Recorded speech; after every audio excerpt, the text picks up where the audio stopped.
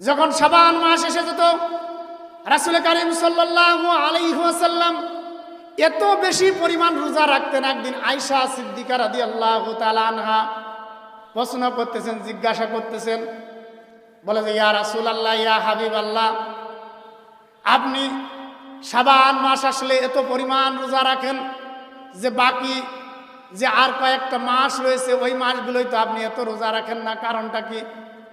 রাসূলকে আয়েশা সিদ্দিকা রাদিয়াল্লাহু তাআলা আনহা প্রশ্ন করতেছেন, হাবিব, আপনি শাবান মাস আসলে এত ইবাদত করেন, এত রোজা রাখেন, কারণটা কি? হাবিব বললেন, ও আয়েশা, তুমি শোনো, তাহিয়াউনা কামা তামুতুন ওয়া তামুতুনা কামা তাহিয়াউন। হে আয়েশা, মানুষের যে অবস্থায় মৃত্যু হবে, কিয়ামতের কঠিন মুসিবতের দিনে আল্লাহ রব্বুল আলামিন তাকে সেই অবস্থায় উঠাবেন। কি অবস্থায় উঠাবেন? রাসূল বললেন, হে আয়েশা, মানুষের যে অবস্থায় মৃত্যু হবে কিয়ামতের মাঠে তাকে সেই অবস্থায় উঠানো হবে। যদি কেউ বিড়ি খাইতে খাইতে মরে, সে দরবেশ অবস্থায় আল্লাহ তাআলার দরবারে উঠবে নাকি? কোন আমার কথা বুঝতেছেন?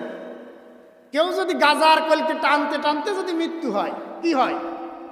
গাজার কলকে টানতে টানতে যদি মৃত্যু হয়, তাহলে তার মৃত্যু কি দরবেশের মতো হবে নাকি বলেন তো?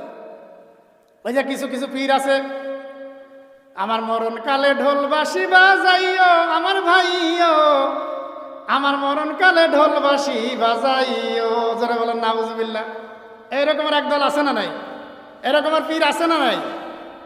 মরণ কালে ঢোল বাঁশি বাজাইও আমার ভাইও, আমার মরণ কালে ঢোল বাঁশি বাজাইও। তারা এরকম কি করে? মরণের সময় ঢোল বাঁশি বাজায়। এরকমের এক শ্রেণীর পীর বাংলাদেশে আছে, ঠিক কিনা? তাদেরকে মাছ ভান্ডারি বলে। কি বলে বলেন? এই মাছ ভান্ডারীদের এরা হচ্ছে গান বাজনা করে এবং গান বাজনার মাধ্যমে আল্লাহ তাআলাকে ডাকে। এগুলো শয়তানি ছাড়া আর কিছুই না, ঠিক কিনা?